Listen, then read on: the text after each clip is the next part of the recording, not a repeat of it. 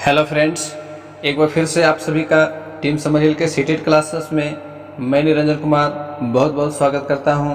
आज के क्लास में हम लोग सीडीपी के 20वें अध्याय संज्ञान तथा संवेग को आगे बढ़ाते हुए समझेंगे संवेग से संबंधित सिद्धांतों को। और इसमें जो सबसे पहला सिद्धांत है ये जेम्स लेंज का सिद्धांत है।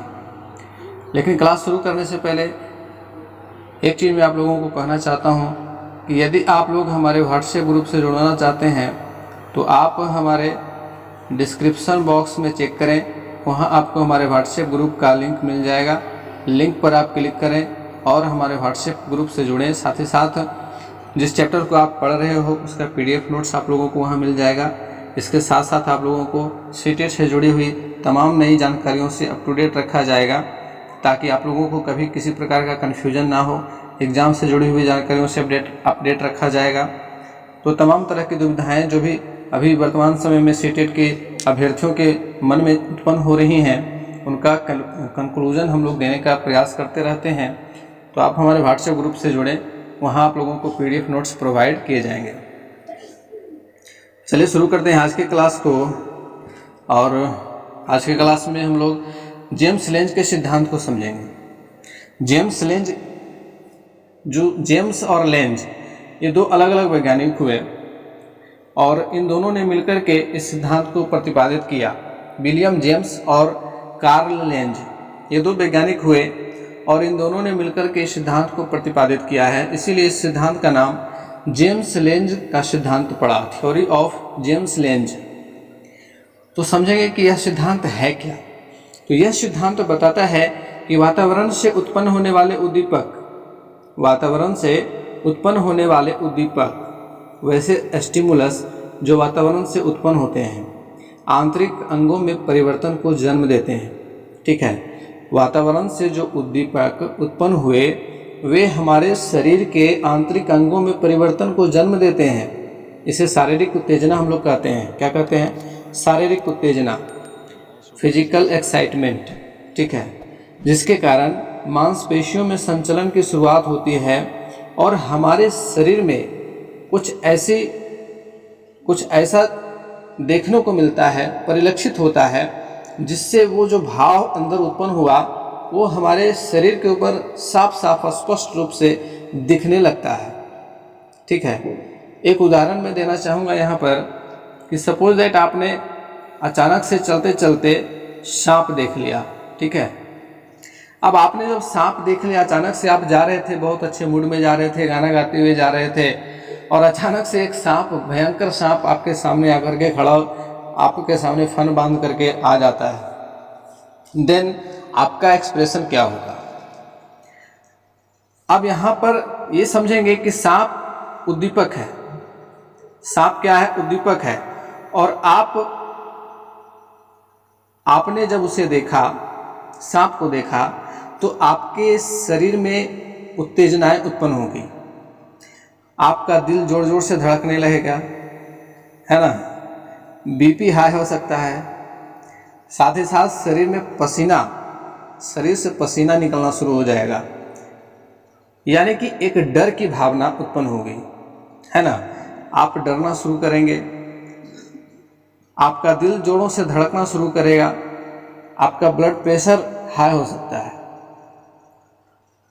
तो अब यहाँ क्या होगा कि अब जो है आपके शरीर की मांसपेशियों में संचलन की शुरुआत होगी और आप वहाँ से भागना शुरू करोगे।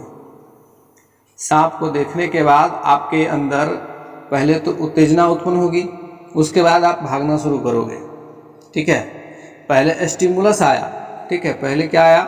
स्टिमुलस आया। इसके बाद स्पेसिफिक फिजियोलॉजिकल इमोशन एक्सपीरियंस्ड हुआ, अर्थात कुछ जो ऐसी शारीरिक परिवर्तन हुए, बदलाव आए और तब परसेप्शन ऑफ फिजियोलॉजिकल चेंजेस हुए। ठीक है, यानी कि तब आप वहाँ से भागोगे। पहले भावना का उत्पन्न हुआ, भावना ने भय को जन्म दिया और उस भय के कारण आप भागोगे। ठीक है, इमोशन लास्ट में एक्सपीरियंस्ड किया जाएगा, है ना। इसको कहते हैं फेशियल फीडबैक हाइपोथेसिस। ठीक है, फेशियल फीडबैक हाइपोथेसिस, यानी कि जो भावनाएं आपके अंदर उत्पन्न हुई वह आपके चेहरे से साफ साफ झलक जाएंगी। मान लो कि आप सांप से बच करके भागे और आपके मित्र ने वहाँ आपको देखा, तो वो समझ जाएगा कि आप किसी चीज़ से डरे हुए हैं और भाग रहे हैं। देन वो आपसे पूछेगा कि भाई तुमने क्या देख लिया, किस चीज़ से भाग रहे हो डर करके, है ना। तो वह पढ़ सकता है, आपके फेशियल एक्सप्रेशन को वो पढ़ सकता है।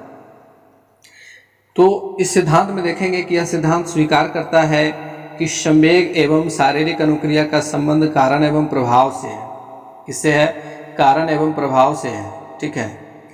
शारीरिक अनुक्रियाएं जैसे कि रक्तदाब का बढ़ना, पसीना आना, चेहरे का सूखना, हृदय की धड़कन का बढ़ना आदि का संबंध हमारे शरीर में होने वाले अचानक परिवर्तन से है, जो आंतरिक एवं बाह्य दोनों रूपों में होते हैं। ठीक है।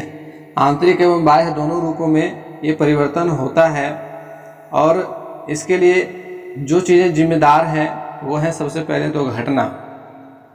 जो परिस्थिति के अनुसार घटना घटित हुई तो उससे कार्य करने के लिए उत्तेजना उत्पन्न हुई शरीर में, है ना, और उसकी व्याख्या उत्पन्न हुई और तब संवेग उत्पन्न हुआ।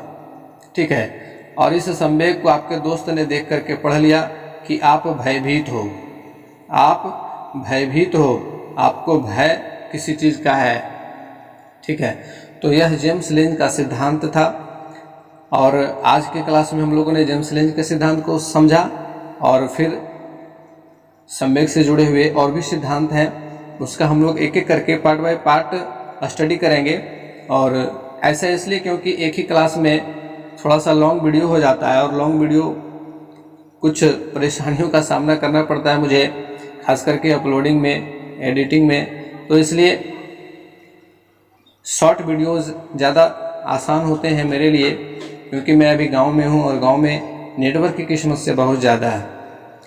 तो इसलिए शॉर्ट वीडियोज़ लाने का ही मेरा प्रयास रहेगा, और ज़्यादा से ज़्यादा शॉर्ट वीडियोज़ अब आएंगे, और आप लोग लगातार बने रहे, हमारे क्लास से जुड़े रहें, ताकि आपको ज़्यादा से ज़्यादा सीखने को मिले और आपका पूरा कोर्स जो है वो कंप्लीट हो।